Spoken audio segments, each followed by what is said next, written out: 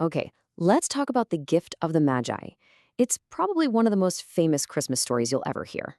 And on the surface, it seems pretty simple, right? It's just a story about a young couple, they're broke, and they each have one thing they absolutely treasure. But as we'll see, it unfolds into something so much deeper, something that really gets at the heart of what it means to give a gift. So, these are the last words of the story. Powerful stuff, right? O. Henry wrote this over 100 years ago, and he ends by calling these two people the wisest. But who are they? And what on earth did they do to be compared to the Magi, the wise men from the Christmas story? To figure that out, we've got to go back to the beginning, to a pretty gloomy Christmas Eve. All right, so let's meet our main characters, Della and Jim. They're this young couple, super in love, living in a cramped little New York apartment. But they've got a big problem. A classic Christmas problem, really. They're totally broke, and Christmas is tomorrow. $1.87. That's it. That's all Della has. I mean, can you imagine? After months of saving every single penny she could find, the story has this great line where it says she was bulldozing the grocer and the vegetable man and the butcher just to save a few cents here and there. And this tiny amount of money is all she has to buy a really special Christmas gift for her husband, Jim. And their apartment, well, it's this tiny little furnished place that costs them $8 a week. The doorbell's broken, the mailbox is too small. You get the picture. It's bleak. And as Della just sits there looking out the window at this gray cat on a gray fence in a gray yard, man, you can just feel her hopelessness.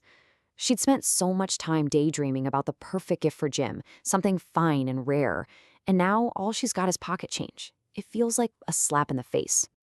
Now here's where it gets really interesting, because even though they're dirt poor, Della and Jim each have one possession that is absolutely priceless. For Della, it's her hair. I mean, we're talking about this incredible, beautiful hair that falls all the way down below her knees. The story says it would make the Queen of Sheba jealous.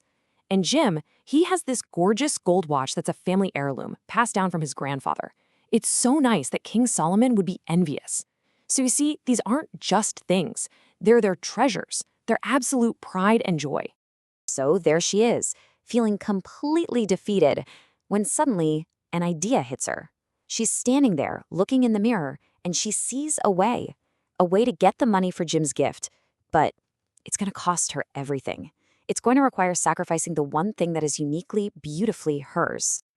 And just like that, the sadness is gone, and it's replaced by this fire, this determination. She has a plan. She lets her amazing hair down one last time, just lets it cascade down, then boom, she puts on her old coat and hat and rushes out the door. She knows exactly where she's going. A little shop with a sign for, Madame Sofroni, hair goods of all kinds. Will you buy my hair? Just imagine saying that. All of her love, all of her desperation, packed into that one little question. And Madame Sofroni, she's just all business. She barely even looks at Della, just feels the weight of the hair and says, $20. And Della doesn't even hesitate. Give it to me quick, she says. So now she's got $20, and she spends the next 2 hours just tearing through the city, looking for the perfect gift. And then she finds it. It's a platinum fob chain for Jim's watch. And it's perfect because it's not flashy, it's simple, elegant, its value is in its quality, its substance. The story says it's just like Jim himself, quietness and value. It costs $21, so she uses all her money and hurries home with the chain and just 87 cents left over. Okay, so now we get to the part everyone talks about, the famous ironic twist. Della's at home, her hair is all short and curly now, and she is just a bundle of nerves waiting for Jim to walk through that door. She's just praying, please God, make him think I'm still pretty. But what's about to happen? Well, it's going to change everything. So Jim gets home, opens the door, and just freezes.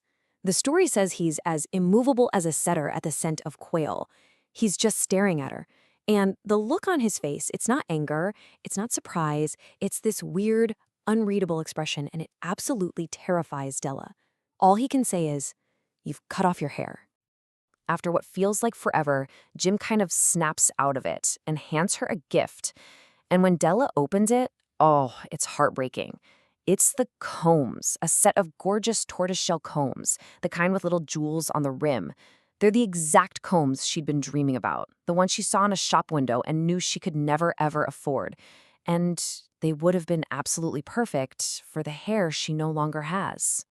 But even then, she manages a smile through her tears, hugs the combs, and tells him, "Don't worry, my hair grows really fast."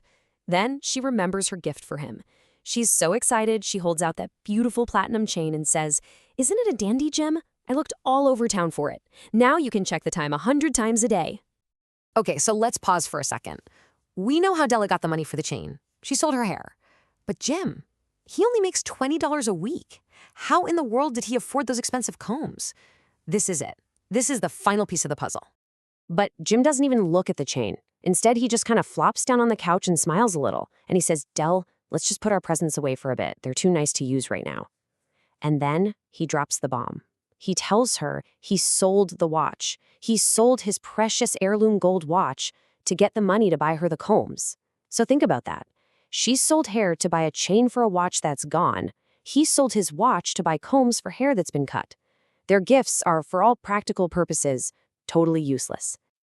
So, was that it? A sad story about two foolish kids? Did they just mess up completely? Well, according to the author, O. Henry, not at all. In fact, he says it's the exact opposite. He thinks that in this completely topsy-turvy, seemingly foolish moment, they actually stumbled upon the real gift, the wisest gift of all.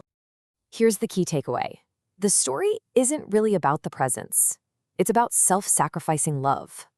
The combs and the chain, they're not just objects anymore. They've become symbols. Their value has nothing to do with their usefulness. Their real value is what they stand for, a love so deep that they were both willing to give up the thing they loved most in the world just to make the other person happy. So why does O. Henry call them the wisest? Well, think about it. They each gave up their most prized possession, right? In doing that, they proved their love was worth more than any material thing. Those useless gifts, they're now symbols of that selfless love. They showed that they valued each other's happiness more than their own. You see, by sacrificing their individual treasures, they ended up creating something they could share together. Their gifts weren't failures at all. They were a total success.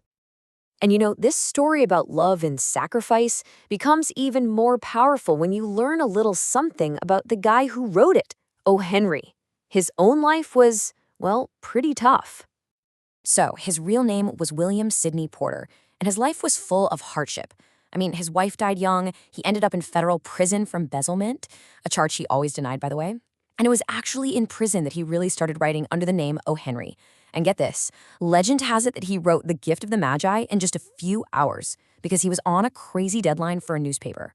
He basically created this timeless classic under immense pressure. Pretty amazing, right? And this line from Jim really brings it all home.